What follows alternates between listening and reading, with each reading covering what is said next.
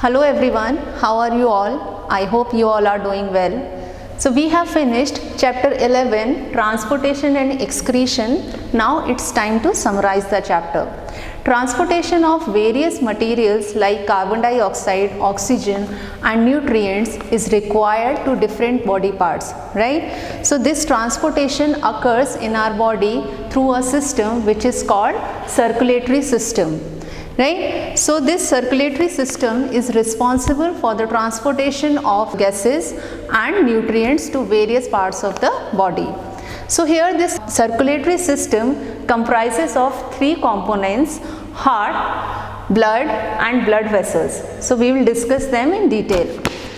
So sometimes what happens, like due to our carelessness, we all have been in such a situation where we might have hurt ourselves, like by getting a cut with a knife or falling on the ground, right? So these injuries, this cause bleeding, right? Blood comes out whenever we get any injury. So what is this blood? Do you actually know what is this blood? Come, let's find out.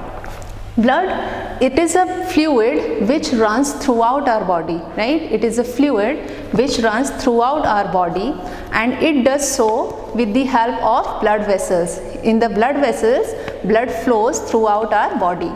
This blood has components, right? So these are the components of blood. There are four components of blood: plasma, RBC, WBC and platelets. So let's discuss them in detail. The fluid part of the blood, which carries all the blood cells and hormones, it is called plasma. Then the next component is RBC. RBCs are responsible for the red color of the blood. They do so due to the presence of a red pigment in them, which is called hemoglobin. Hemoglobin binds with oxygen and forms oxyhemoglobin. Now, the next component of blood is WBCs. WBCs, they protect our body against the germs. Any times germs enter our body, it is the WBCs which protect our body, which fight with the germs. Now, the last component of blood is platelets. So, whenever we get injury, when we start bleeding, it stops by itself after some time, right? How does it happen? Because of the presence of platelets, the blood stops bleeding because it forms the clot over the cut. So these are the components of blood. Now this was about the, this whole discussion was about the circulatory system. Now we come to the next part, that is excretion.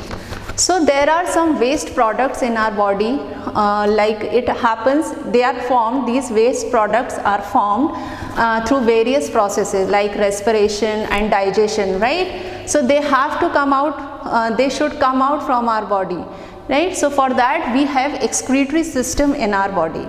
So this excretion, it is the process of removal of waste products from our body. This excretion happens in three ways: egestion, exhalation and sweating.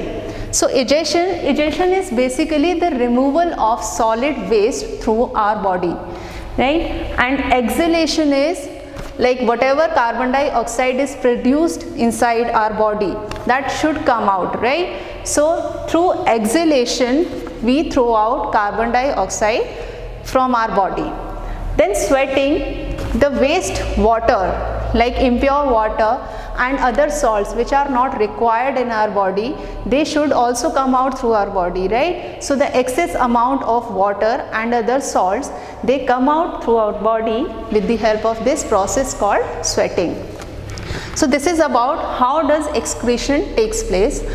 Now we will discuss about excretory system. In that we will discuss about all the parts which are there in the excretory system. So this was about all transportation and excretion. I hope you have understood this chapter well. I will see you all in the next class. Till then, take care. Bye-bye.